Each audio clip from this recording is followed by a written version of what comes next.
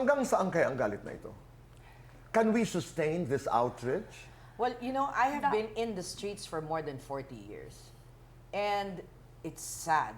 Kasi parang, nagawa ba namin yung tungkulin namin na even before EDSA pa? Kasi EDSA 1 didn't happen overnight. No. Hindi naman bigla-bigla yun. No. So lahat ng mga rally before that, nandun ako. Yeah. Tapos di ba, parang, anong kulang na ginawa namin na hindi nag-work, na nandito pa rin tayo ngayon na mas grabe pa. So, di ba, parang kailangan may mangyari na ngayon. And I'm so happy na merong itong younger, kababaihan, kapwa-artista na nagsasalita, na ini-educate pati yung mga anak nila. Bahagi kayo ng Chilean March. Were you there in both? Yes. Sinama mo ang mga anak mo? Yes, Oh, I caught that photo. Ay, But what is the story, Bianx? Bakit? Ayun. kilala mo ako, Tito Boy. Oo. Taong rally talaga ako. Oo naman. Basta merong mali, di ba, mula pork barrel, dati yan. Lahat, EDSA 12. sumasali ka. Yes. Basta oo. paglalaban mo ang tama at ang bayan. So, sa edad nila na then 9 and 6, ang sabi namin ng asawa ko, para naiintindihan na naman nila at para alam nila kung ano yung nangyayari sa bansa nila, para unti-unti may pakialam sila, para hopefully pag tumanda sila, di ba, maging mas aware sila. At sila naman ang makikibaka din sa kalsada pag kailangan. Tama.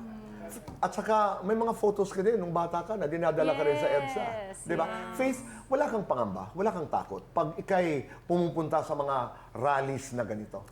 Ako natakot din talaga Dahil? ako. Kasi ito yung first rally na ever na nag-speak out ako at nag-voice out ako and I was there. Siyempre, una natatakot ako kasi yung mga racket, yung mga gigs. Kasi di ba, hindi kasi usually, di ba, ang mga nagpo-produce niyan is mga public officials. Di ba, kasi sabi ko, ay, pag nakita nila nandito ako, baka hindi na ako kuhanin. Pero, for a greater cause, I mean, like, aanin ko yung kinikita ko na pera na yun kung yung mga mamamayan naman doon ay nagsastruggle because of that.